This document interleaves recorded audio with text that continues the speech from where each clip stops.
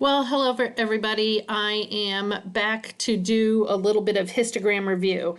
I appreciate those of you who uploaded their histogram practice onto Edmodo or emailed me. Not everybody did it, so I don't know who is struggling and who isn't. I noticed some of the same mistakes over and over, so I'm going to run through creating a couple of histograms with you today. Okay, so here is our data set.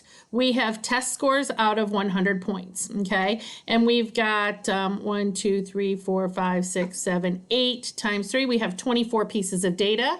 Remember, when we are going to create a histogram, we must first put it in a frequency table. Okay, so in order to put it in a frequency table, I need to find my low and I need to find my high. Okay, my low score on the test was 59. And my high score on the test was 95. Okay, and here is what I consider the hardest part of doing a histogram, is trying to figure out what this scale is going to be and what your intervals are going to be. That is the hardest part. So I'm going from 59 to 95. These are the must-have data points. Does not mean I need to start at 59. Does not mean I need to end at 95. I just need to make sure that these data numbers are in my my intervals. So I went ahead to save some time and I made 3 different sets of intervals. I did 1 by 5s starting at 55. Because I like to skip count, easy skip counting. So I see 55, 60, 65, 70, 75, 80, 85, 90, 95. So 55 to 59. If I subtract this, I get 4. 60 to 64, I subtract, I get 4. 65 to 69, I subtract, I get 4.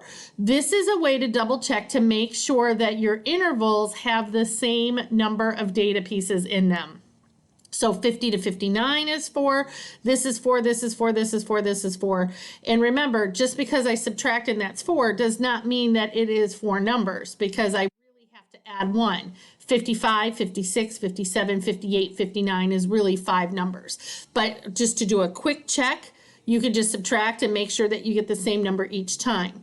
Now, what's wrong with doing by 5s starting at 55? Well, let's see. I've got 1, 2, 3, 4, 5, 6, 7, 8, 9. I have got 9 intervals, so that's too many. Okay, well then some people might go, okay, what if I drop down to 55 and I go by 10s? 55, 65, 75, 85, 95.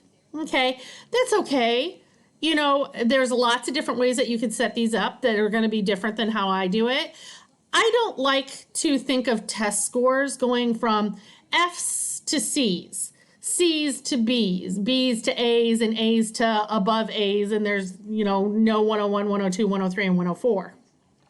So this is okay.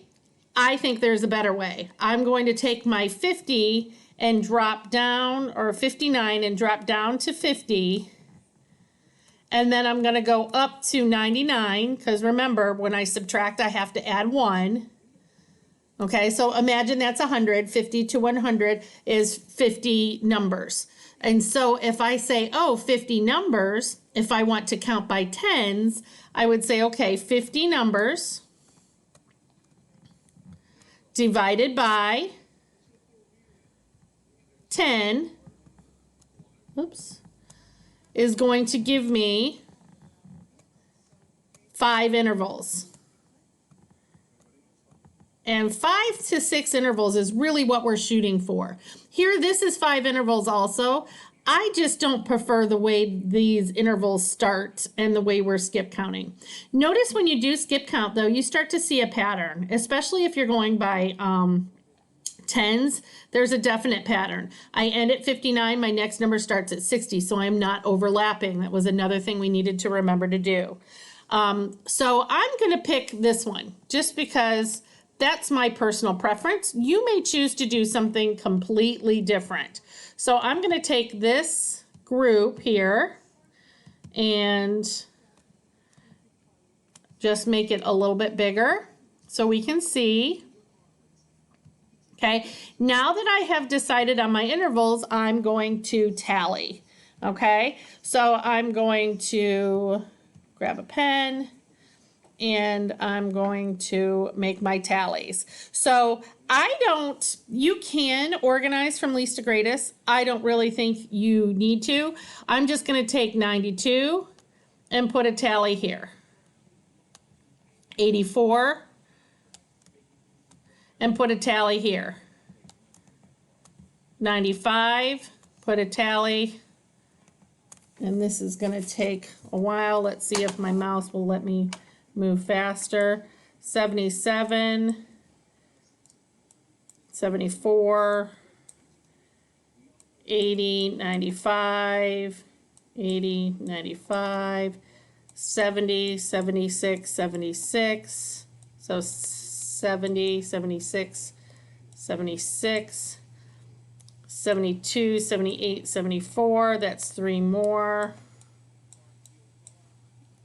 89, 91, 92. So 89, 91, 92. 64, 78. 90, 68. And then I've got 3 more 70s. So 1, 2, 3, and a 59. So I've got 1, 50 to 59, 2, 60 to 69s, 12, 70 to 79s, 3, 80 to 89s, and 5, 6, 90 to 99. So that's my frequency. Okay, now what most people missed, now we're going to the histogram part where we actually have to make our stuff. What most people missed was a title. Okay, and really we would put that title there also, but we need to put the title there. I'm trying to get rid of that. 50 divided by 10. Oh, are you kidding me? Equals 5. Okay, that'll just be how it is. Okay, so we need the title, test scores out of 100. Well, our intervals, what do they represent? What does 50 to 59 represent and 60 to 69 represent? They represent test scores. Okay, and frequency, it's okay for you guys to label frequency, but what does frequency mean? The number of scores. Number of scores, okay? So now we're gonna create our boxes. So these are my intervals, so I put them down here. And I've got this whole big graph, so I am going to have my intervals be 3 bars each. And I am going to get my little rectangle. This is 1, so I am gonna go 1.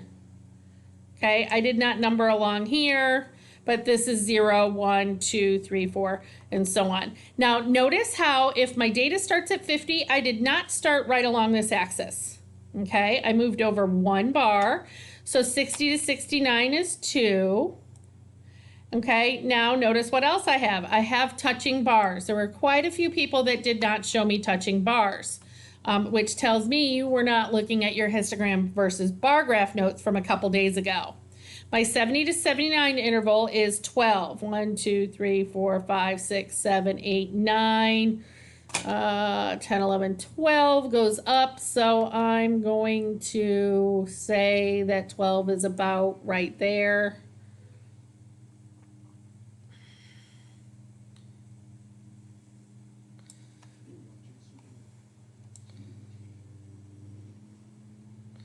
Zhuzh that over a little bit. 80 to 89 is 3. Okay, so we've got 3, and 90 to 99 was 6. And 1, 2, 3, 4, 5, 6. Oh, Why does it keep going away on me? 1, 2, 3, 4, 5, 6 is going to start right about there. And notice how I have all my bars. I can't get what I want to get. There we go. All my bars are the same width. They're all touching. I've got a title.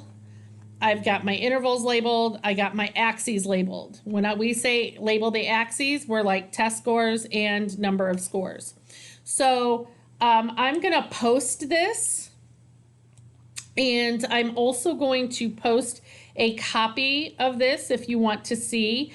There will be a second one if you want to practice. I will do this one separately and post it to have you guys do it first to see how you do for some more practice. So I hope this was helpful. I hope it cleared up some of the questions that you might have had. Again, thank you for uploading your histogram when you had to do your practice. And just keep working hard. Have a good day. Bye-bye.